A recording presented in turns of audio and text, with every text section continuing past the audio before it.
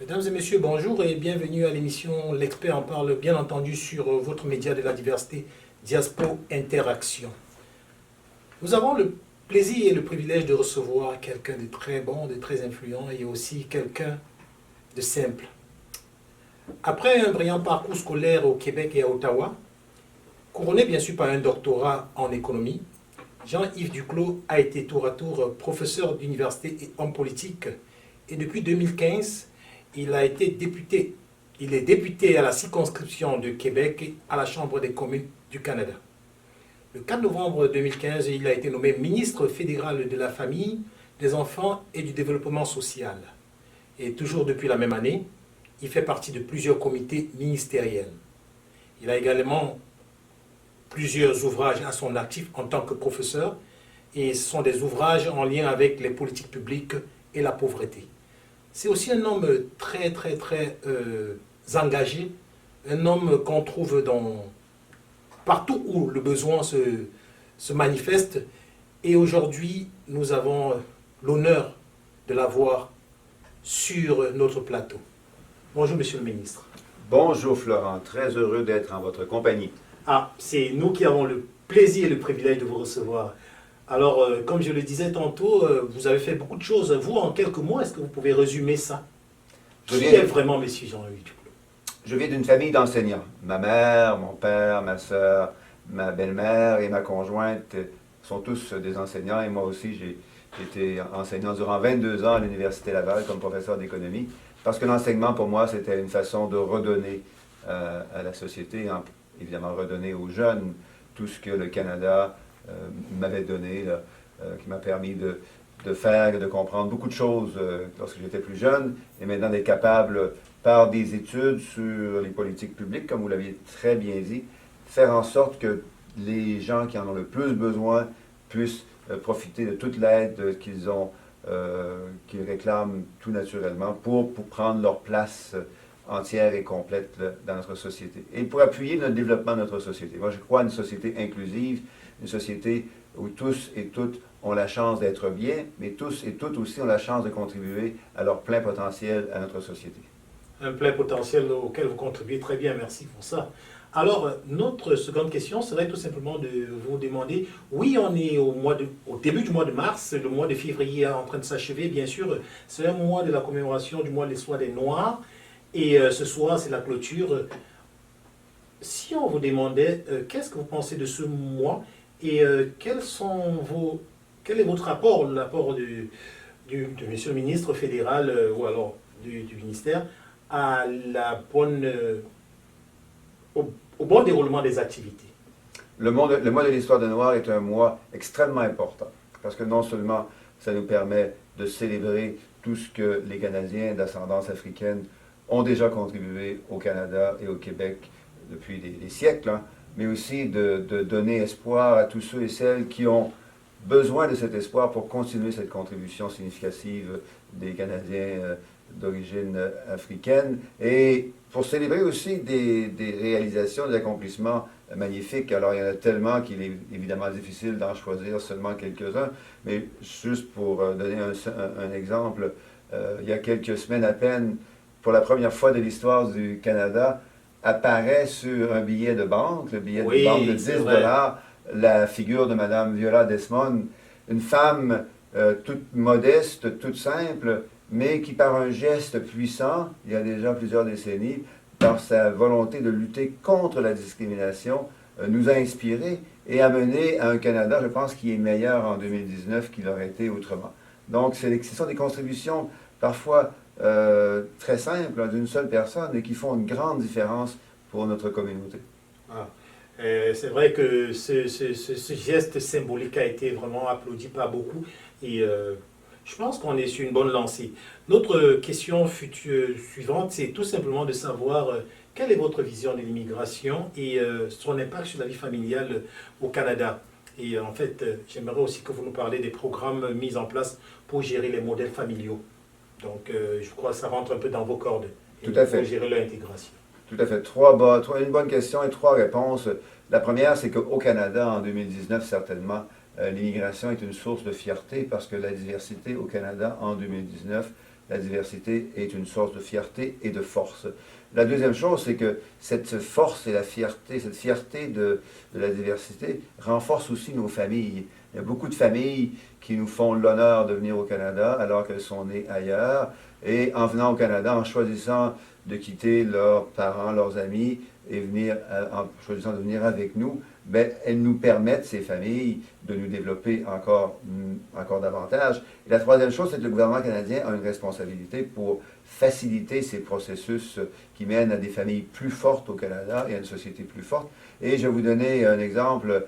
Depuis quelques mois à peine, là, on a essentiellement doublé le nombre de réunifications familiales qui sont permises au Canada. Donc, les délais sont beaucoup plus faibles, les familles, les conjoints, les enfants, les parents arrivent plus facilement et plus rapidement, les coûts sont inférieurs. Et ça, c'est important à nouveau pour renforcer nos familles, pour donner à nos familles la chance d'être bien et à nouveau de contribuer à leur plein potentiel. Wow. Et j'aimerais juste rebondir et vous demander, en tant que ministre fédéral de la famille, quels sont les enjeux de votre mission auprès des enfants et des familles canadiennes et québécoises en général, et en particulier, bien sûr, auprès des enfants et familles, des familles immigrantes? Le mandat que M. Trudeau m'a donné quand j'ai été nommé ministre il y a déjà un peu plus de 3 ans, 3 ans et plus, oui. c'était de renforcer la classe moyenne puis aider davantage de Canadiens à faire partie de la classe moyenne. Et dans ce mandat figure naturellement la famille au centre. Et une des choses dont je suis le plus fier, c'est l'allocation canadienne pour les enfants qui existe maintenant depuis juillet 2016 et qui profite à toutes les familles canadiennes, 9 sur 10. On exclut les plus riches qui n'en ont pas besoin et qui n'en veulent pas, mais profite à 9 familles sur 10 de la classe moyenne. Et ça inclut beaucoup de familles immigrantes, des familles qui arrivent ici au Québec et au Canada, qui travaillent très fort pour prendre soin de leurs enfants, mais qui ont besoin d'un petit peu d'aide. Et cette allocation canadienne pour les enfants, juste dans la ville de Québec, aide les familles de 90 000 enfants avec un chèque en moyenne de 5 à 600 $ par mois non imposable. C'est encore plus élevé pour les familles immigrantes parce que souvent elles ont plus d'enfants que les autres familles canadiennes. Et souvent, ben, ça leur prend un petit peu de temps avant d'avoir un bon emploi, avoir un bon salaire et d'obtenir des promotions avec le travail significatif qu'elles font. Donc pour les familles immigrantes, l'allocation canadienne pour l'enfant est encore plus importante, fait une grande différence à tous les mois dans leur capacité de prendre soin de leurs enfants. Ça, c'était la stratégie canadienne de lutte contre la pauvreté? Ça, c'est une des mesures phares qu'on utilise pour mettre en œuvre cette stratégie de réduction de la pauvreté. La première stratégie de réduction de la pauvreté de l'histoire du gouvernement canadien que j'ai eu la chance d'annoncer en août 2018. Stratégie qui vise à réduire de manière considérable la pauvreté. Et bonne nouvelle, il y a à peine quelques jours, Statistique Canada nous dit qu'avec les mesures qu'on a mises en place depuis 2015, il y a 825 000 Canadiens qui sont sortis de la pauvreté.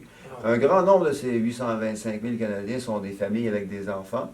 Il y a à peu près 540 000 parents et enfants qui sont sortis de la pauvreté juste en raison de l'allocation canadienne pour les enfants. Les autres, ce sont des travailleurs qui n'ont pas d'enfants, à faible salaire, mais là, on leur a donné beaucoup d'aide. Et une autre catégorie importante, ce sont nos aînés qui ont besoin d'aide pour joindre les deux bouts dans notre société. Là, ce sont des nouvelles très réjouissantes éventuellement pour certains. Et cependant, j'aimerais qu'on aborde un sujet peut-être moins réjouissant. Il y a quelques temps, c'est passé ici au Québec, dans notre ville à Québec, quelque chose de très triste, l'histoire de Jean Bissonnette qui, à la mosquée, tout le monde je pense le connaît, a eu à poser des actes qui resteront sûrement gravés dans l'histoire du Canada. Il a été demandé une belle sanction, cependant, la sanction a été de 40 ans seulement. Selon les familles qui ont été touchées, ils ont trouvé que, selon ce qu'ils ont dit, selon les journaux. Bref, j'aimerais savoir qu'est-ce que vous en pensez. Le 29 janvier 2017 a été une tragédie, non pas pour une communauté à Québec, c'était une tragédie pour notre communauté.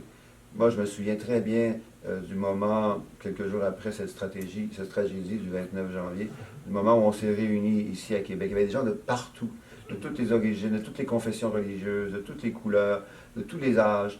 Et on était très proches les uns des autres. Puis on a pris conscience là, que c'était tous qui avaient été blessés par cette stratégie, par cette tragédie. Évidemment, nos cœurs et nos pensées sont toujours envers les familles, les enfants, les veuves de ceux qui sont décédés, mais aussi de tous ceux qui ont été blessés, à la fois physiquement et dans leur cœur par cette tragédie.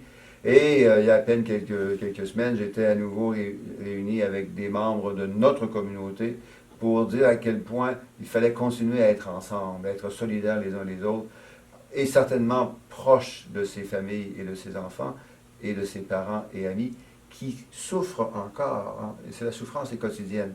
Alors le plus important là, dans tout ça, c'est d'être proche de ces gens qui ont énormément souffert le 29 janvier 2017 en raison de cette tragédie, mais qui continuent à souffrir. Moi, je dirais que c'est le plus important pour que cette guérison qui est incontournable, qui est inévitable, puisse se faire le plus possible collectivement et qu'on en ressorte plus fort à Québec.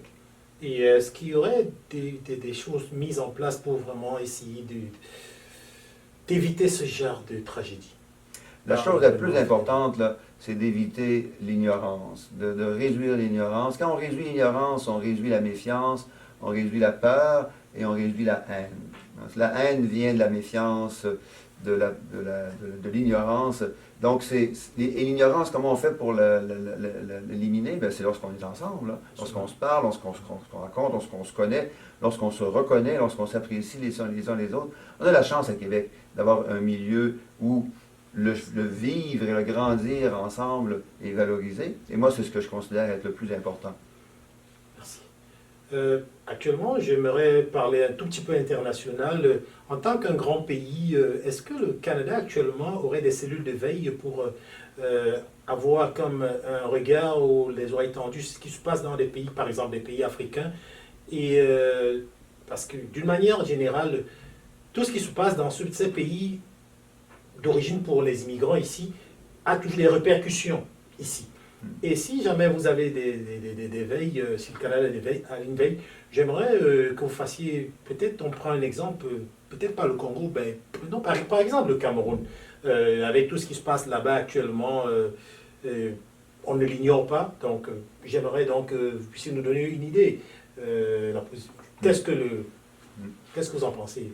Les veilles s'appliquent certainement à tous les pays. Et c'est important parce que dans le monde, en 2019, il y a de plus en plus de tensions. Notre planète change beaucoup, non seulement d'un point de vue climatique, environnemental, mais aussi d'un point de vue géopolitique. Les pays, malheureusement, ont de plus en plus, et j'espère que ça va changer, mais de plus en plus de difficultés à travailler ensemble en raison de ce que vous savez, de ce qui se passe au sud de la frontière, la Russie, l'Inde, l'Iran, la Corée du Nord. Donc il y a des pays déstabilisateurs, peut-être en excluant certains de ceux que j'ai mentionnés, mais la veille pour les pays africains, pour le Canada est particulièrement importante parce qu'on a un attachement historique, affectif, je dirais même, avec l'Afrique francophone certainement. Oui. Et donc le Cameroun et aussi d'autres pays de l'Afrique de l'Ouest ou de l'Afrique centrale, ce sont des pays avec lesquels on a beaucoup intérêt à être en contact et il y a effectivement des veilles qui se font pour toutes sortes de raisons et entre autres pour informer les concitoyens au Canada qui s'intéressent à ce qui se passe dans leur pays d'origine. Vous en parlez avec les États, est-ce qu'ils se parlent? Est-ce que des petits conseils pour arranger ces petits problèmes, est-ce que ça se passe quand même?